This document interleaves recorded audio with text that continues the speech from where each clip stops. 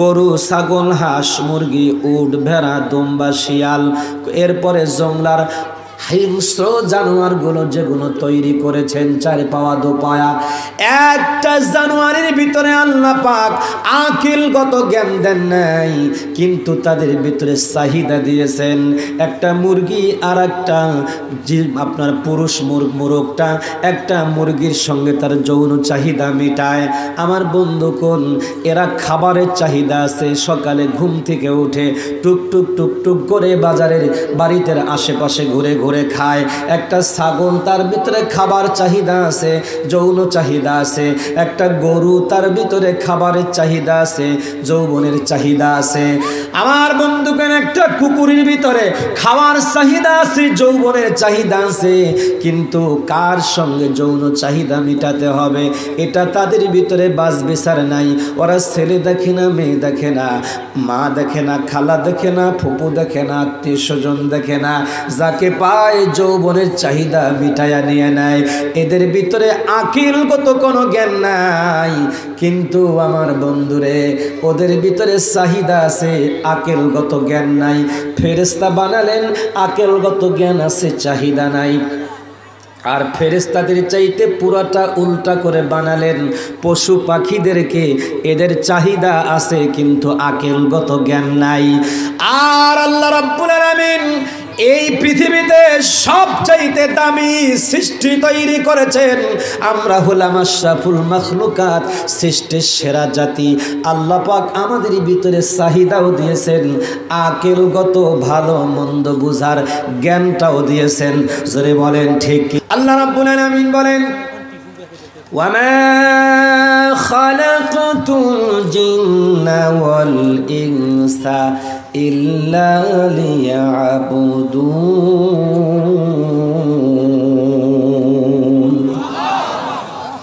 আল্লাহ বলেন, আমি শুধুমাত্র কেবলমাত্র একমাত্র জিন এবং ইনসানকে তৈরি করেছি আমার ইবাদত করবার জন্য।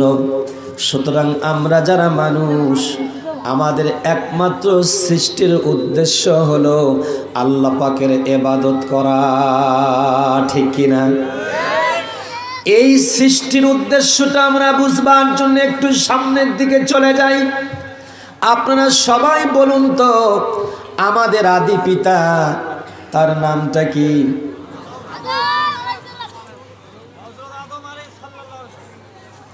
যারা বাপের পরিচয় জানে না এরা যারও সন্তান।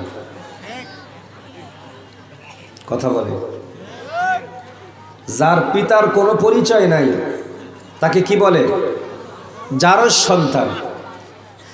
আমরা আমাদের জন্মসূত্রে আদি পিতাকে, এইটা যারা জানি না, এটা মানুষের জাতে না।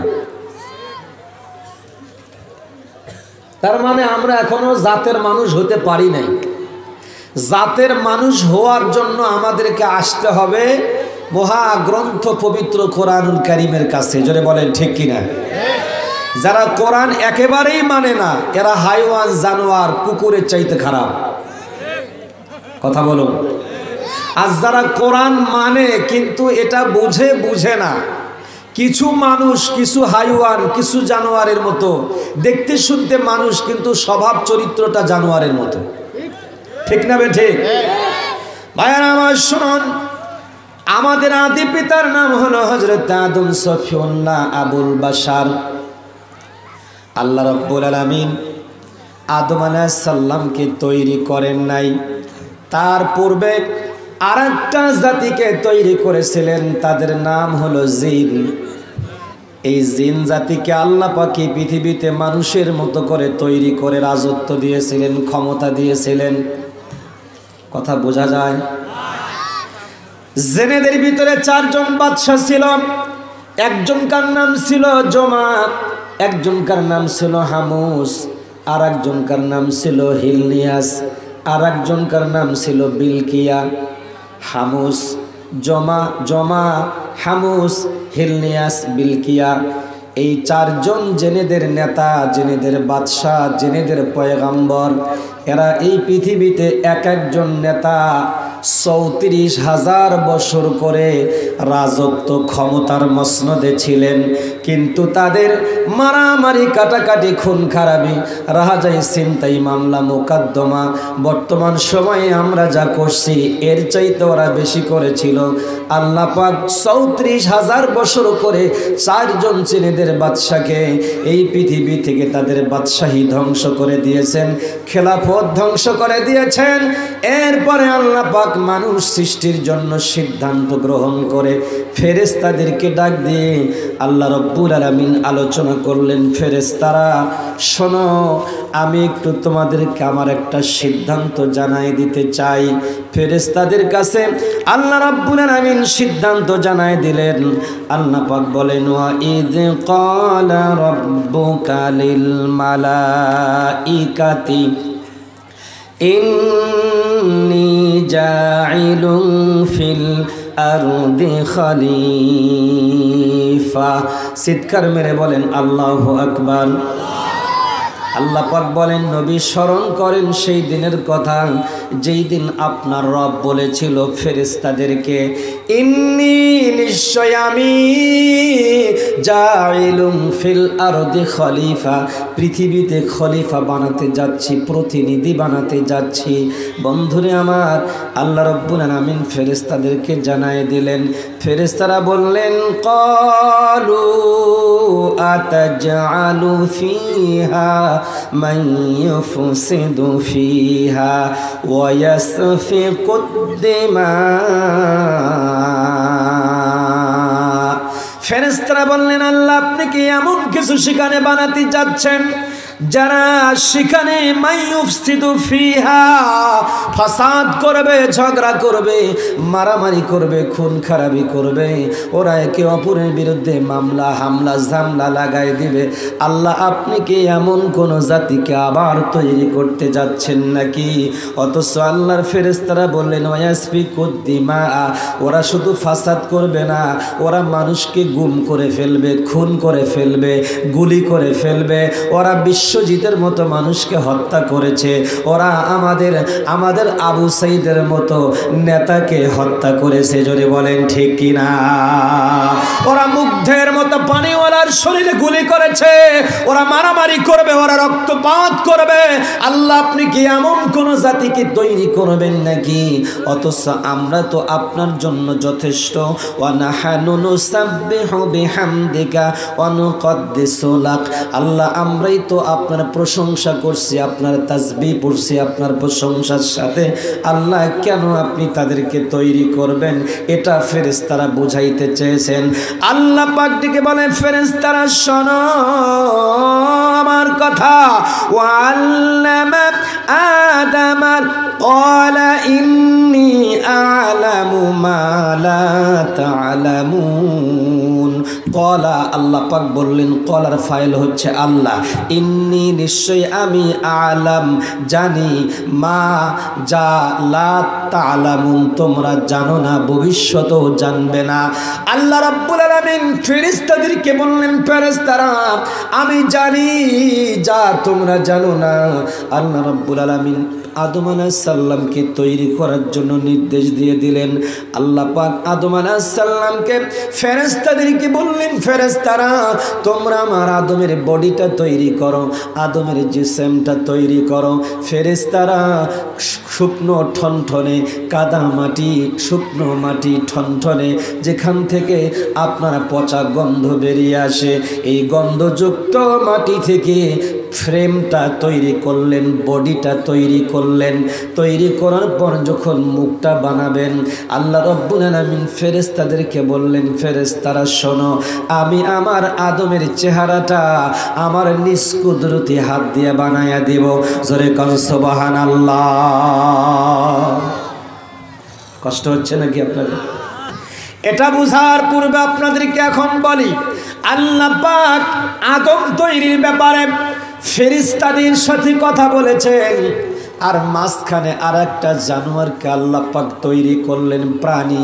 এরা হলো পশু প্রাণী, তার মানে হাইওয়ান, জানোয়ারকে আল্লাহ পাক তৈরি করেছেন। হাইওয়ান জানোয়ারকে আল্লাহ পাক তৈরি করেছেন।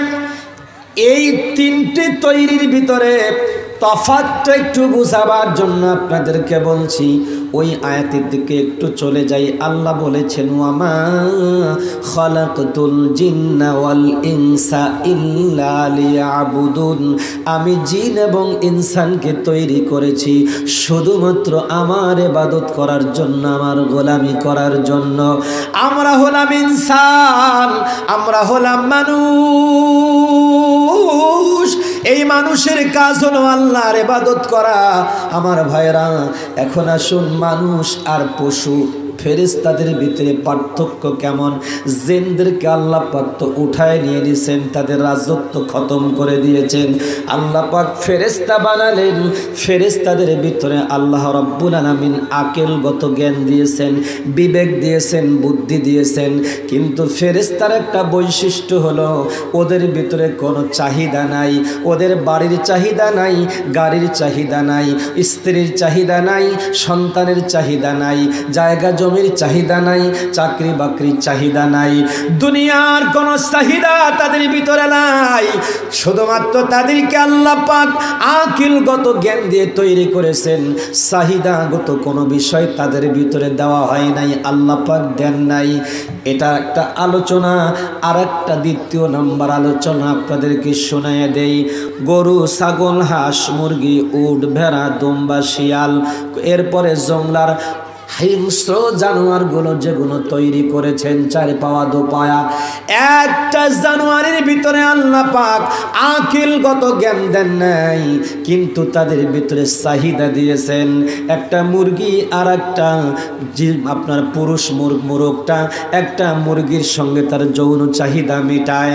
আমার বন্ধুগণ, এরা খাবারের চাহিদা আছে। সকালে ঘুম থেকে উঠে টুক টুক টুক টুক করে বাজারের বাড়িতে আশেপাশে ঘুরে ঘুরে খায়।